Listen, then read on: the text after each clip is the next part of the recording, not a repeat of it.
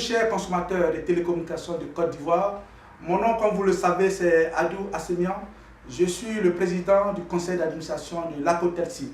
Alors, nous allons aujourd'hui parler donc de la régulation de la monnaie électronique. Voyez-vous, les opérateurs de téléphonie ont eu une licence de la part du gouvernement de Côte d'Ivoire pour les autoriser à faire de la téléphonie. Donc, leur licence a été donnée pour faire de la téléphonie. Mais l'évolution de la technologie a fait qu'aujourd'hui, ils se retrouvent dans la monétique, ils se retrouvent même dans la télévision. Alors, cette situation nous crée un problème. De quelle manière?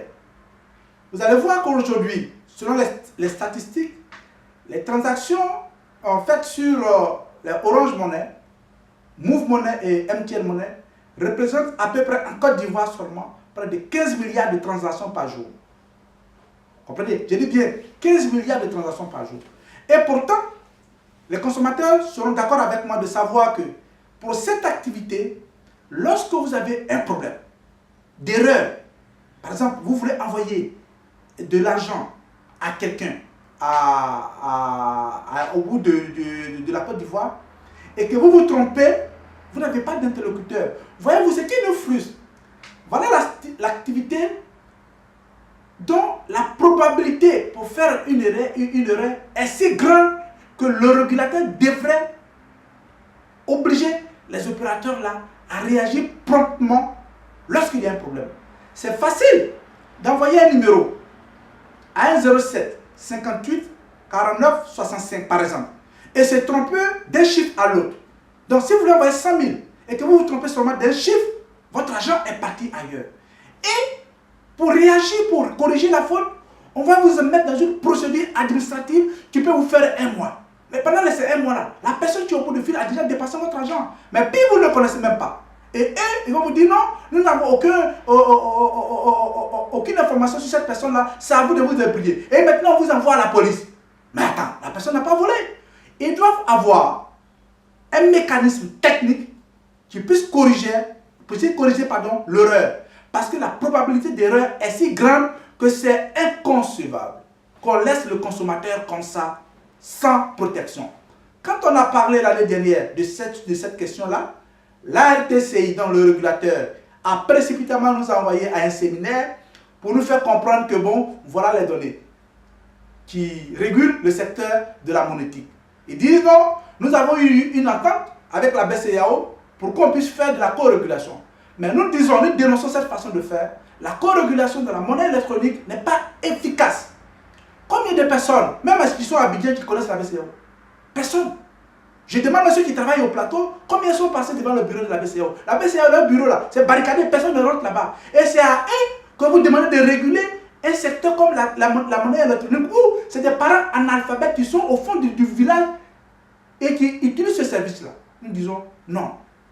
C'est pour ça que nous avons dit, nous, que comme l'activité est une nouvelle activité et que le gouvernement a eu la clairvoyance de transformer le secteur de la télécommunication le ministère des télécommunications à un ministère de l'économie numérique, nous avons dit que bon, ok, une nouvelle activité, une nouvelle régulation.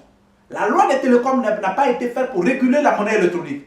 Donc les opérateurs donc profitent de ce vide juridique pour anarquer les consommateurs, pour les gruger, et il n'y a pas de défense.